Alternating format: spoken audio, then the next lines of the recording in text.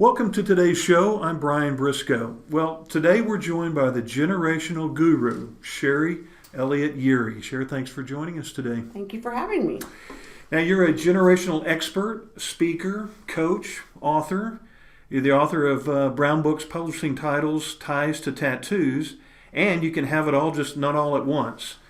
Let's talk about the generational part of the workplace right now. You know, it's an interesting time, an interesting mix in the life of the workplace or in life in general. We're seeing as many as 4 generations that are mixed somehow in the workplace.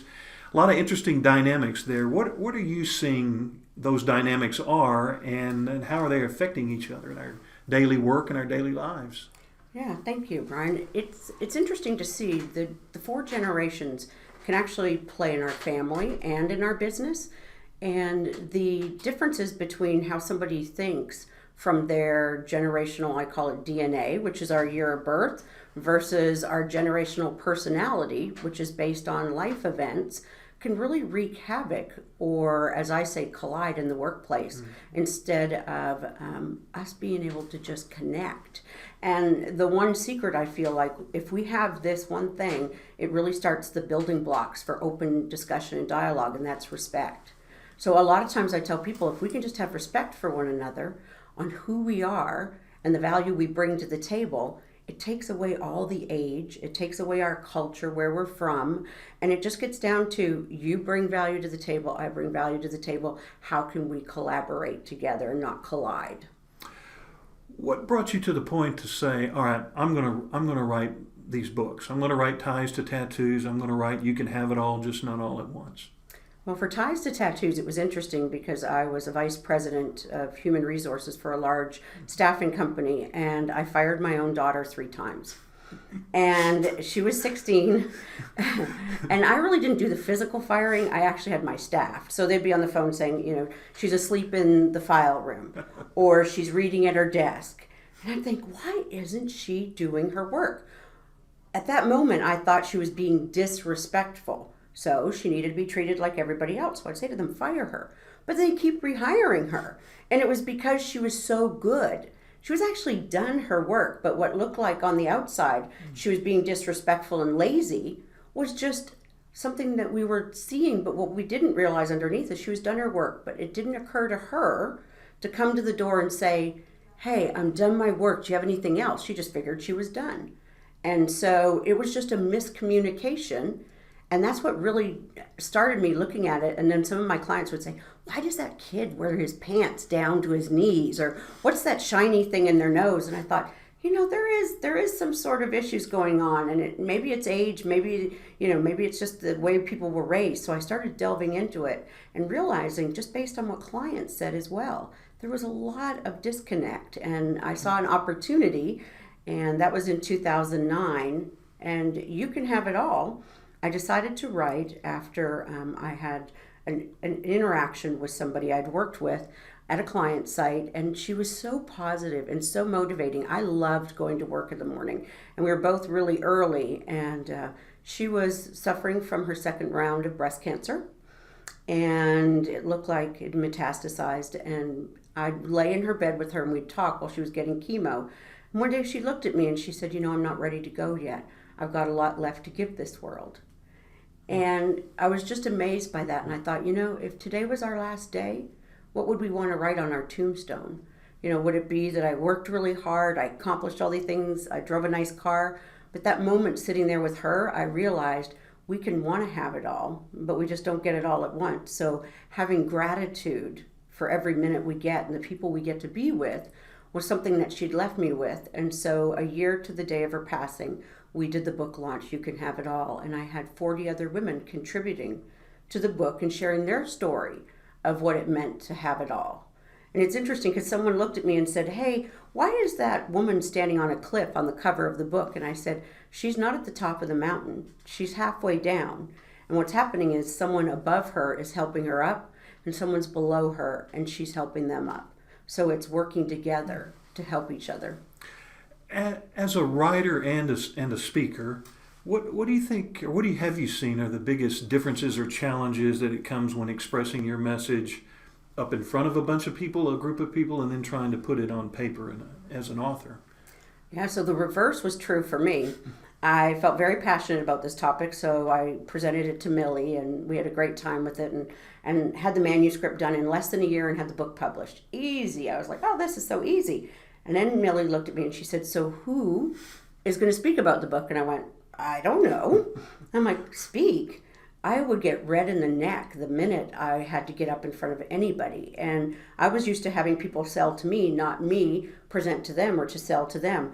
So it took a few very miserable occurrences of my speaking opportunities to realize that I didn't know how to do it. And I had to choose a different path. So I sought out a lot of different resources, including joining National Speakers Academy, getting trained by them.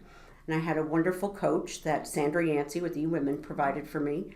And she would watch me from the back of the room, and she would be writing the entire time. And then she'd give me her feedback, and then she'd make me do it again. And she said, until you realize the reason why you're speaking, you're never going to feel good as a speaker. And so now what I do, and this works for me, is I turn around and I just ask for the right words to share with that audience. And I have no canned speech whatsoever. I go out there and I just wait to see what it is they want to hear and try to give that to them. You've faced a number of battles professionally, personally, challenges, hurdles. People can read about that. Does that personally inspire you in your writing? Does it come out as an author? Will people see, can they see the share that maybe you have lived in through your books? Absolutely. When I first did the Ties to Tattoos, it was more methodical because it's a business book, but I shared how I personally was looking at millennials as our next generation of leaders. And then, and You Can Have It All, I felt this prompting to tell my story. And I was like, I really don't want to tell my story. These other women can tell their story, but I don't want to tell my story. And I really struggled with it. I had 150 other stories sitting on my table, and I was looking at them all, and they were so profound that I just had to go, okay, I need to tell my story, because if we don't share who we really are and become authentic in front of others, we're not going to be able to build those meaningful connections. And so that really gave me my first lesson in going, okay, here I am, whether you like it or not. And so You Can Have It All was really the biggest part where I felt the most vulnerable. But at the same time, I also felt like this is my story, this is my message, these are these other ladies' messages. And before Ebby Halliday passed away, she endorsed that book, because for her, we were blazing trails. We were authentically showing up in the written word, and we were using our names, and these women had photos of themselves. So we were all in and willing to be vulnerable together. If there's someone out there listening that says, boy, I follow her footpaths, I'm in the same mode, I want to tell my story, I want to be a writer. Now that you have a couple books out there, writings and a bunch of other things, any 2 or 3 do's or don'ts that you would pass along to an aspiring writer?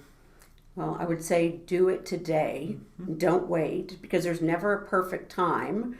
And I'd also say just follow where your heart is and your passion, because it makes it easier for you to actually write when you're interested in whatever it is you're talking about. I remember when my first book was presented to me and my name was on it, I thought, what if people don't like it? Well, don't worry about if other people don't like it. It's your name, you're the expert, and it's your message. And so just embrace it, and the words will come. I never once thought I would write a book. And when I had the concept, I just sat down and started writing, and it just flowed because I was interested in it. It wasn't work at all. It was ease, and it actually gave me a chance to express my thoughts and ideas on a certain area in the workforce at the time that nobody had addressed. So there's probably something for everybody who says, I want to write a book, I just haven't done it yet. There's the same 24 hours in the day we all have, so just start. And you're going to be at this age anyway, whatever that happens to be. Just write the book and it'll all take care of itself. And don't worry about money, what other people are going to say, finding a publisher, finding someone who's interested. It'll all happen. Okay, now the fun part, what we can find out about Cher, the person.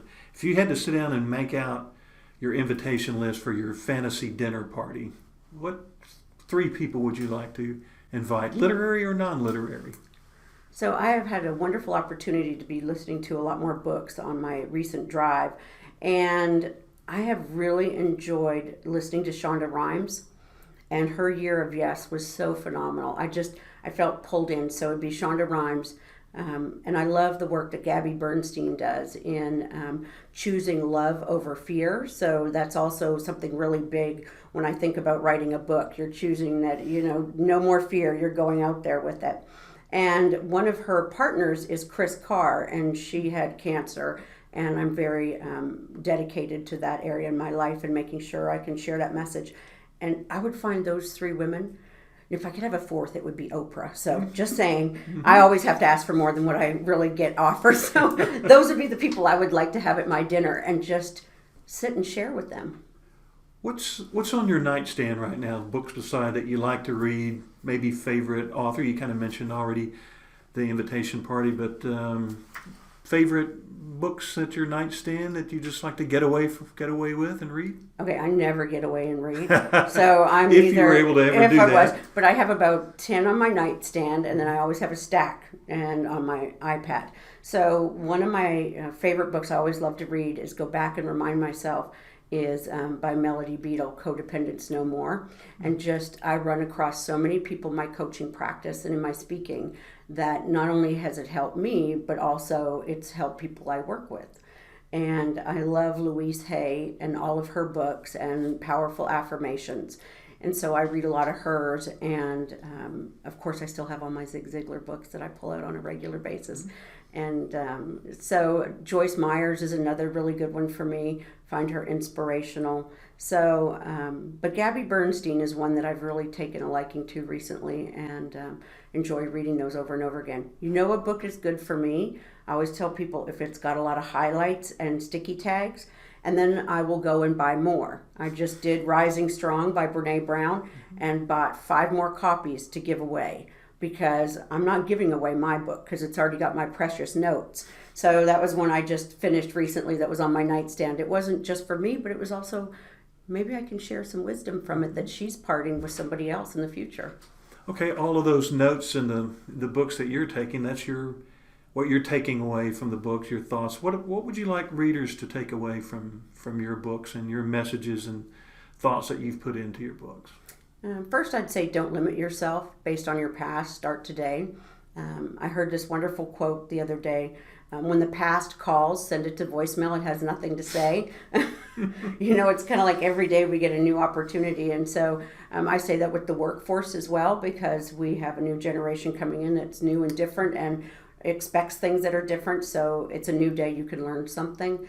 And with You Can Have It All, I really hope that other people get the message that no matter where they came from, where they are at that moment, they always have a choice and there's other people there to support them. And they can choose their tribe and their family. It doesn't have to be the one of origin, and just know that they're worthy. Any favorite childhood book when you were growing up? I don't really think I read much as a child. I was the oldest of 4, and I was busy looking after the other 3. So I don't really think I read that much. And I actually was able to graduate high school when I was 16 because I was a speed reader. So when I did read, it was really just for knowledge to get through the books, and so take what I could.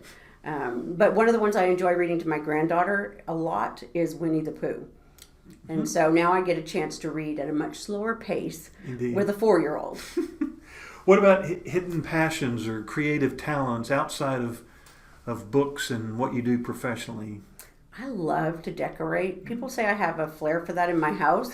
And I really enjoy that. And so I guess it's just maybe decorating and making sure people feel at home when they come visit me. I always enjoy having dinner parties and sitting around with others and having that opportunity to feel comfortable together.